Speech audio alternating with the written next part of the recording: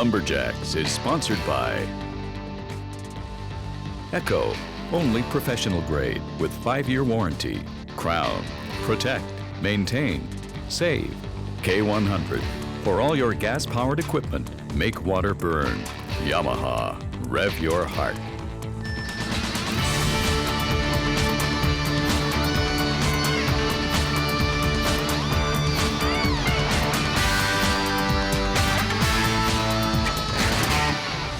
Built in 1869, this lighthouse we're standing on was one of the original 6 lighthouses in the entire province of New Brunswick. Now it's sitting here, one of the tallest structures in Fredericton, New Brunswick. The light atop of this lighthouse was donated by the Canadian Coast Guard in 1989, but those numbers pale in comparison to the age of the New Brunswick exhibition, now referred to as the NBX. This year, it's 187 years old. And it's the host of the Eastern Canadian Lumberjack Championships, where we got the best guys in the Maritimes, 15 of them competing for $10,000 in prize money in 9 events. Hi, I'm Bill Deeb with my co-host and Lumberjack Sport analyst Rod Cumberland. Great start to the competition last week. This week we're featuring the obstacle pole buck and the underhand chop. Now in the obstacle pole buck, it's a little bit different from what we saw on Campbell River, British Columbia a few weeks ago. Takes the same speed and agility by the competitors to get up the logs, but they use both sides of the bar here, and they're all using the same tuned Echo chainsaws. Now in the underhand chop, we got a great field of young competitors, a couple of experienced guys as well, but I know you got some favorites there, some family favorites there. Who do you like in the underhand chop? Speaking of lighthouses, Marcel Dupuy's been lighting up the boards everywhere he goes in the underhand chop. He's the best underhand cutter in Canada right now, but this summer he's had a hard time beating the Cumberland boys, and it's going to be a dogfight to the end in that event. Well, we had a great start to the competition last week with all the best competitors here from the Maritimes and a couple of people joining us from northeastern United States. Right now, we got Scott Reed and Mario Bork on the board. Last week, they came dangerously close to taking a DQ in the run, cut, and split. They're happy to be up there in the top 5 in the standings. We are going to get started with the underhand chop. In total, we had 12 competitors. We're going to be showing you the top 4 heats. This first heat, a couple of buddies. Jeff Larkin taking on his buddy Scott Reed. This is actually the coach and the student in the same heat. So Scott Reed, the coach of Dalhousie Agricultural Campus. Jeff Larkin is a student. Jeff, big, strong guy from Middle Musquodoboit, but this should be a good race because Scotty hates this event. And they're chopping through 12 inches round, a trembling aspen. A great job by Ryan Cameron and his crew for providing all the equipment and the wood for this competition as they're well into the way, getting into the small wood before they make their turns over to the backside. And again, we always watch in the underhand chop, see who turns first. We see Scott Reed, first guy to make a turn from first side to second side, but they have to do the work in the front, especially on round wood. They've got to make sure they take a 1 and 1 at the bottom and clean that wood out so that it drives off well at the back. But you can see here, looks like Scott Reed's ahead, but he's starting into the small wood, and his block is still not coming off. Well, this is where we might find out who did their homework on the front side. Both guys are trying to drive things off, and it looks like it's a photo finish between Reed and Larkin, with Scott just edging out Jeff. I counted 12 hits on the front side there. Did you turn too early, or were you right on that plan? No, that was my plan. I just ran out of gas on the back. It's not my favorite event. Actually, it's my most worst event that I don't care for it at all, but it was good. Good job. I was happy. I mean, Jeff's a bit of a friend of yours, right? A buddy, and there was a fantastic race. You probably don't know how he's doing over there, but it was almost a dead heat. Yeah, no, I used to coach Jeff. He is a good buddy, and I'm glad if he beat me, that's great. I'm Mario Bork from St. Paul, New Brunswick, and I work for Corrections Service Canada. My name is Matt Galambos. I'm from Whitefield, Maine, and I am an arborist and a webmaster. Heading into heat number 2, we got big heavy hitter Matt Galambos taking on Mario Bork, time to beat 34.94, set by Scott Reed in the last heat. Look at the size of the man here on this block. Matt Galambos from Maine. He's a mountain of a man. Actually, he reminds me a lot of Wreck-It Ralph on the movies. Great big blocky man, square through the shoulders, and look how hard he's hitting that block. Taking on Mario Bork, and when you're that strong, you got to make sure you're accurate because you want to make those powerful strokes hit. He makes his gingerly turn over the backside with a kind of a 3-step maneuver. Mario Bork also on his backside. This is Matt Galambos' block. You can see he's got nice, beautiful lines here. Mario Bork's a little bit of stair-stepping on the back of his block. Oh, as they come off, it's a photo finish, 31 and change. Hard to tell who won that heat. That was a come-from-behind victory. Actually, we're not quite sure yet. It was a pretty close race there with Mario. But we see 2 different styles there. We see Mario a little bit quicker pace. Your style is hitting it hard, a little bit slower pace. Tell me about your style. Well, I'm not very accurate when I go fast, so I've been slowing it down lately, and I have to win by cutting my logs and less hits than everybody else. Yeah, I mean, we all know it's about speed, strength, and accuracy. So, I mean, if it works for you, you got to use your power when you can, right? And use it efficiently. Exactly. You got to, suit your style to your own strengths. Well, we're halfway through the Underhand Chop, and Matt Galambos' 31.52 is only good enough for second place at this point. In an earlier heat, Vince Maciel clocked a 28.24. One of the great sponsors of the Lumberjack competition here at the NBX is Alpa Equipment, and we had a chance to talk to Jerry Curtis. Alpa Equipment is a sales and service dealer for Ponzi forestry equipment and Hyundai loaders and excavators. We're involved in the Lumberjacks competition. It works for us. Very proud to be a sponsor. Alpa Equipment is a sales and service dealer, been in business for 38 years, just about 38 years. Sell forestry equipment, Ponzi, made in Finland, distributed here in Canada. Harvesters, processors, skidders, delimbers, just about everything there that from the time you walk in, from the time you get into the woods, we cut the tree down, we limb it out, set it on the side of the road for the truck to come and pick it up. So the equipment is called harvesting, and we're into it in a big way. Well, many thanks to Alpa Equipment and all the other great sponsors associated with the Lumberjack competition and the NBX. Right now, we are halfway through the Underhand Chop. Vince Maciel, who we saw in a much earlier heat, is leading the way with a 28.24 seconds. We have two fantastic heats yet to come, including Ben Cumberland taking on Donald Lambert. So again, we've got the, I would say the tortoise and the hare, but this is youth versus experience. Don Lambert, again, just in the twilight of his career. Young Ben Cumberland just getting started in this. He's 20 years young, and watch a feverish pace that he goes at in the Underhand Chop. Well, that's exactly what the young guys can do. They can go at it fast. Most importantly is they also be accurate and strong. Ben Cumberland really driving that axe. Couple of missed hits, but he's going so fast, he's well ahead of Donald at this point, and Ben Cumberland's on his backside. And look at that big slab come off of Ben's block. You know, it's a nice wood in the back. As he gets ready to drive things off, he's getting the small wood. He's not hitting very well, but oh, there it is. Ben Cumberland off in 22.8. And he lowers the time to beat. It's going to be tough to catch with only one heat to go. So I counted 12 strokes in the front there, but it was about the 8th stroke your axe started to stick a little bit. Is that because it's driving into the woods so much? Yeah, I wasn't really counting strokes, just trying to make sure I was hitting where I wanted to and getting the wood chop, but yeah, it's just going in so far. My axe loves this wood for some reason.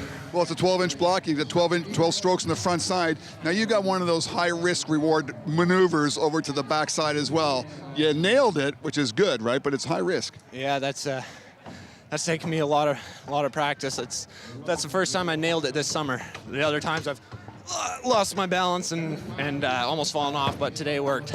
My name is Marcel Dupuis from Memramcook, New Brunswick, and I'm a firefighter for the city of Moncton. Hi, my name is Nathan Cumberland. I'm from Keswick Ridge, New Brunswick, and I'm in my graduating year at Cumberland Homeschool. Well, older brother Ben sets a time at 22.88 with younger brother Nathan here in the last heat taking on Marcel Dupuis. Is the time going to fall here? Two big heavy hitters here, and these guys are the best underhand cutters in Canada right now. They're going head to head. Nate Cumberland with a feverish pace. Marcel getting into the small wood, putting some drivers in, getting ready to switch over to the second side. Both guys on their backside. Nathan Cumberland with a good pace. Marcel trying to catch him right now. It's going to be really close. They're trying to take down 22.8. And Nathan Cumberland drives things off and wins the Underhand Chop with a 19.3 out. Marcel, good enough for second place. So the previous heats, I was watching some guys go, and most of them were taking 12 hits in the front side. You turned to 10 hits, but took 12 on the backside. Is that part of your strategy? Lately, I've been chopping 10 in the front. I thought that 12 would get me halfway there, so I just turned. I said it's there, so I didn't have to worry about it. Actually, I told you that you had 12 on the backside. That 13th one was kind of just to finish things off, right? So you took 13 on the backside. But looks like you got the victory in that. You got to be pretty happy about beating that field of competitors. Very blessed to compete them. These guys are great. We've had big battles all summer, so it's great to come out on top. Thanks, Nate. You're welcome. Well, it's no surprise to see Marcel Dupuis and Donald Lambert on Underhand Chop scoreboard, but it's Nate and Ben Cumberland who shine today. Nathan Cumberland taking first place with a 19.38. Welcome back to the Exhibition Center here in Fredericton, New Brunswick. Labor Day weekend for the NBX 187th edition, but this is actually the third year for the Eastern Canadian Lumberjack Championships. We are into the obstacle pole buck. We have 10 competitors here, and we are going to be showing you all 5 heats. This is an event that I know you're very familiar with, Rod Cumberland. This first one, a couple of guys from the United States, Craig Morris taking on Vince Maciel. And this will be a great race. We know it's a foot race. Actually, it's the steeplechase of lumberjack sports. They've got to run down up the logs start their saws when they get to the bunks, and then of course cut with both sides of the bars to get the event in the books. And another thing to mention as well, they draw for poles. Sometimes the poles are not exactly even. These poles here, one a little bit more wobbly than the other. Looks like Craig Morris ahead at this point right now. Vince Maciel making his cut. Craig Morris racing down to the bottom. And they're running these Echo 600 chainsaws. Craig Morris takes a wipeout as he finishes the event in just over 17 seconds. Vince Maciel pulling in just under 20, so a great run by both competitors.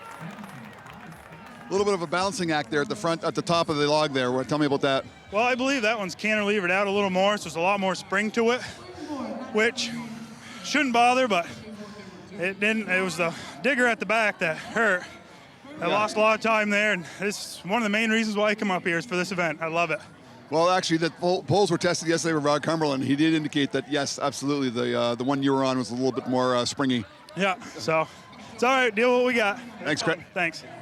Well, Rod, you mentioned 17 and change would be tough to beat. That is an excellent time for the obstacle pole. Craig Morris has said it in the very first heat. This next heat, Nathan Cumberland, Jeff Larkin. Now a guy, Nathan Cumberland, size 260 pounds, not exactly his event. No, and actually same as Jeff Larkin. These are both big farm boys.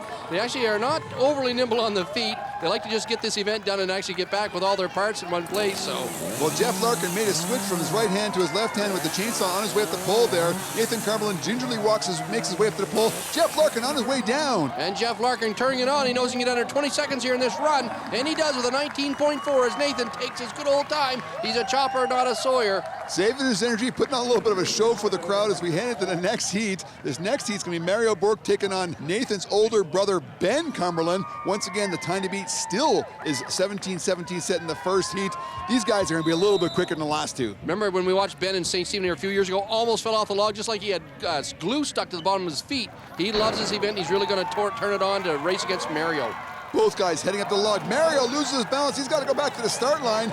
Ben switches his hands, gets ready to pull the cord on the chainsaw, slashes the front side, and both guys are dead even at this point. Yeah, again, not quite as fast as I expect them to be, but they're going to race down to the end because they know it's on the line here right now to catch Craig Morris. And 19.40 is a time set by Ben Cumberland. Good enough for second place at this point. It's got to give you a little bit extra inspiration, have all kinds of people cheering for the Cumberlands, whether it's you or your brother. That's a lot of fun, isn't it?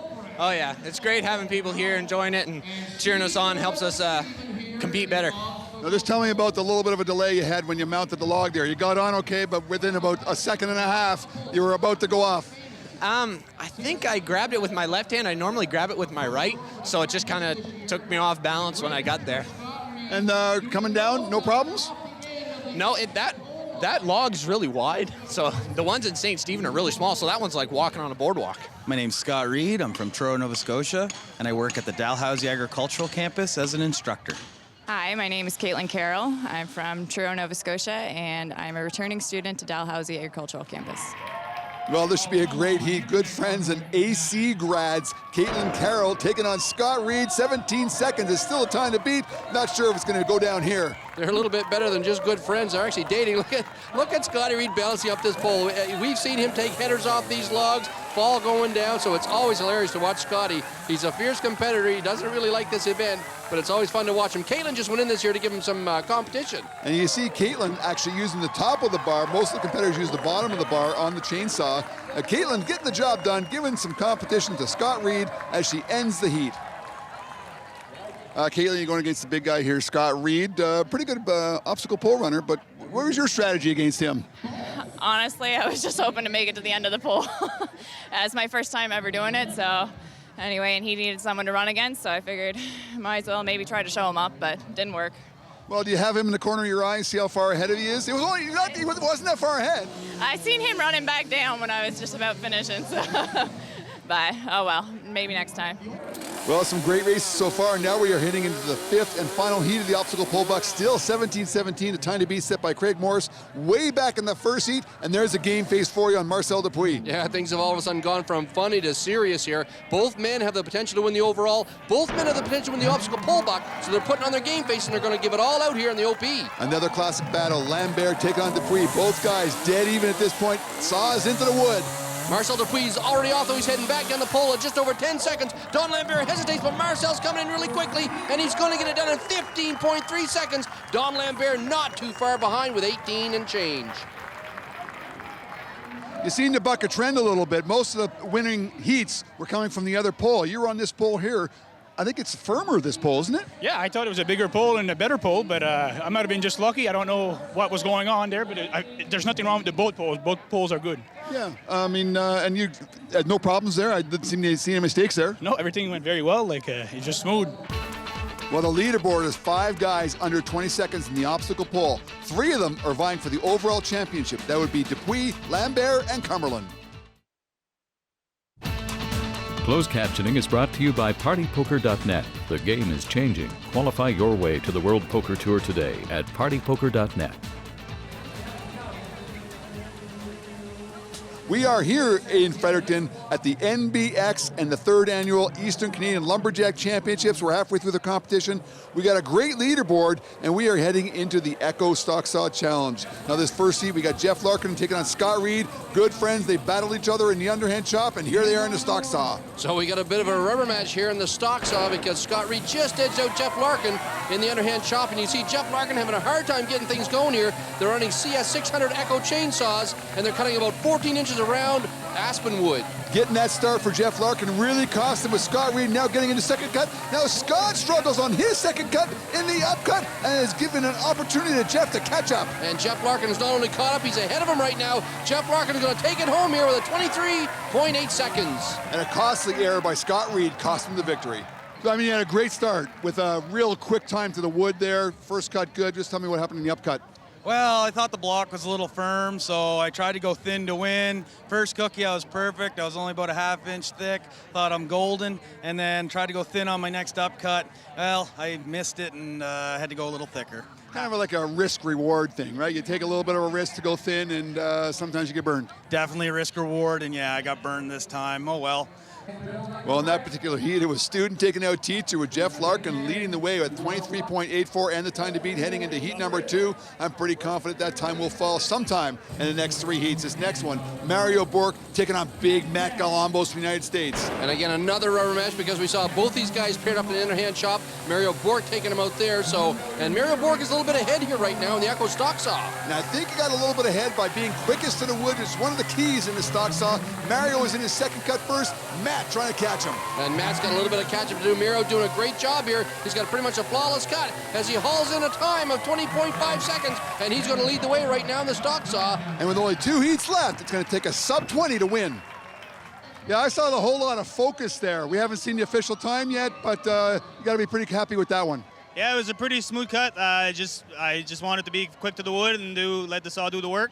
And hopefully it was fast enough to be close to the front. So I mean, there's a lot to do with feel and sound as well, right? Yeah, you got to make sure that saw is always in the power band so that it's got the full potential. You don't want to bog it. I got a little heavy on the down cut once, and I let up again, and then just let it do the cut. So it went pretty good. I'm happy. Thanks, Mario. Thanks, Bill. Well, there's a good explanation there by Mario Bork, and paying attention to exactly what the saw is telling you and get a good feel and the sound for what the saw is doing and maximizing its performance. This next match, a bit of a grudge match. It's the Cumberland boys in the Stock Saw.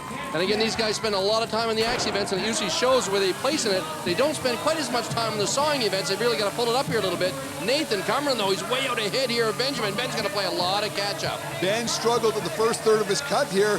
Nathan was flawless to the wood. He's now in his upcut, and Ben is about a couple of seconds behind him. Yeah, Nathan doing a great job here. Hasn't made any mistakes so far. He could actually put a little bit more weight on that saw and get a little bit faster time, but he's going to be happy to get her done, and his time 22.6. And a big celebration with his adoring fans. Always got to be a lot of fun. A whole lot of people cheering for you there, going against your older brother. Just tell me about that. Oh, it's great. We train at home together, so to compete against each other at a show, we enjoy it a lot. Well, let's get down to the heat itself. He got to the wood real quick, but then he stumbled out of the gate there where he had to pull the saw out because he bogged it down. You were pretty flawless. Tell me about your cut. I was watching the saws earlier, and I noticed a lot of guys are trying to go too fast. The saws are, they're brand new saws, so they're not warmed up very well. So I just took my time getting to the wood, make sure I had good changeover, and just let the saw cut the wood. Thanks very much. You're welcome. Well, it's the guy from Memramcook, New Brunswick, Mario Bork, with a 20.53, still leading the way as we head into heat number 4 in the Stock Saw. and it's Donald Lambert taking on Marcel Dupuis. Both guys great saw operators. Marcel Dupuis really coming along a lot in the hot saw. Don Lambert's always a perennial favorite in the hot saw event. Here they are both going head-to-head in the stocks. Oh, Don Lambert just butchering that block, trying to get the saw in the wood. Marcel Dupuis way out in front right now. Well, you can see Donald at the beginning of the heat. He had a hard time keeping his saw still on this slippery deck here. May have taken a little bit of concentration away from him, and he's trying to catch Marcel, and he might be able to do it. Man, he's doing a great job here. He's almost caught Marcel Dupuis, but it's Marcel edging out Don Lambert in the stock saw with a 22.8. Almost a great catch-up performance by Donald. I mean, you almost caught Marcel there at the end, but what happened at the beginning? Well, I tried to have a thin cut, but I think I didn't push hard on. I just be too gentle on the top, so the chain just skew on the top of the log. So it just sort of skated off, right? Now, just tell me, after that, you seemed to go pretty smooth. Yeah, well, I knew that I couldn't push hard, so I knew to let the RPM just goes up as high as possible. So. Well, what a great competition, the stock saw event here at the New Brunswick exhibition. Top 5 competitors, all within 3 seconds of each other.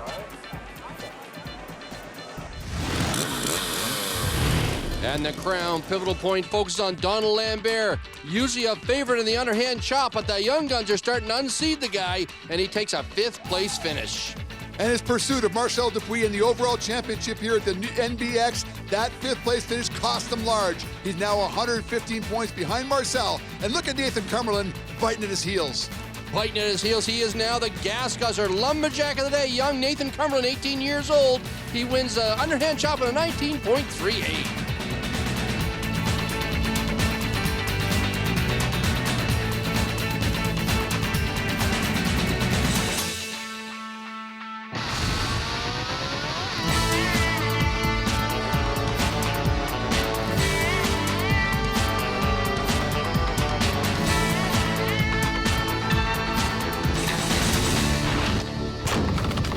Lumberjacks is sponsored by Echo, only professional grade with 5-year warranty. Crown, protect, maintain, save. Quick Dam, the new alternative to heavy sandbags. Yamaha, rev your heart.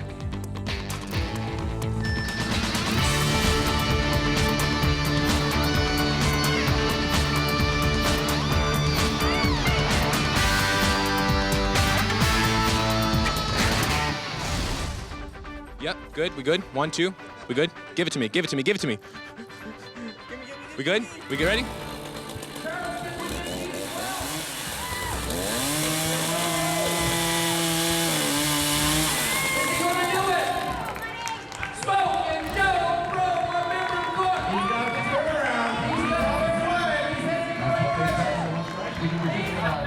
We were just up to Campbell River.